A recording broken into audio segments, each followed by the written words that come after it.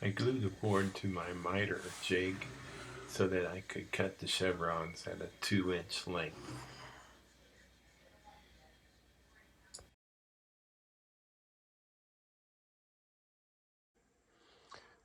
I made a gluing jig to handle all of the loose pieces. So just glue on a strip here, and at 90 degrees put one here.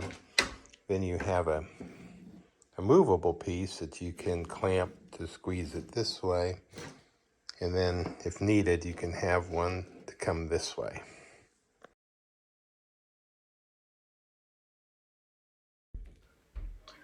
I was really careful to get the chevrons to line up from one side to the other and made sure the joints were tight. You can see I used some shims to get one side up a little bit further.